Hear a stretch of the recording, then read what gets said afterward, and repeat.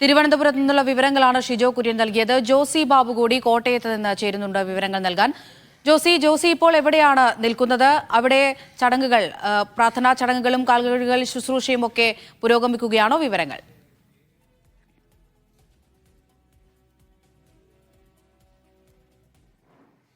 അമൃത, ഞാനിപ്പോൾ പുതുപ്പള്ളി നിലയ്ക്കൽ ഓർത്തഡോക്സ് പള്ളിയിലാണ് നിൽക്കുന്നത്. അവിടെ കാലുകഴുകൽ ശുശ്രൂഷകൾ പൂർത്തിയായിട്ടുണ്ട്. കോട്ടയം ഓർത്തഡോക്സ് സഭ ഭദ്രാസനാധിപൻ ദിയോസ്കോറസ് മെത്രോപൊലീത്തയുടെ കാർമ്മികത്വത്തിലായിരുന്നു നിലയ്ക്കൽ പള്ളിയിലെ കാലുകഴുകൽ ശുശ്രൂഷകൾ നടന്നത്.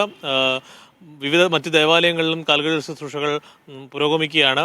പാലാ, ചങ്ങനാശ്ശേരി, കാഞ്ഞിരപ്പള്ളി രൂപതകളുടെ കീഴിലുള്ള വിവിധ ദേവാലയങ്ങളിൽ കാൽകഴുകൽ ശുശ്രൂഷകൾ നടക്കുന്നുണ്ട്. പാലാ സെന്റ് മേരീസ് കത്തീഡ്രലിൽ പാലാ രൂപത അധ്യക്ഷൻ മാർ ജോസഫ് കല്ലറങ്ങാട്ടാണ് കാൽകഴുകൽ ശുശ്രൂഷകൾക്ക് നേതൃത്വം നൽകിയത്. ഓർത്തഡോക്സ് സഭ പരമാധ്യക്ഷൻ ബറോഡ സെന്റ് ഗ്രിഗോറിയോസ് പള്ളിയിൽ ഈ കാൽകഴുകൽ ശുശ്രൂഷകൾക്കും വിശുദ്ധവാര ശുശ്രൂഷകൾക്കും നേതൃത്വം നൽകുന്നുണ്ട്.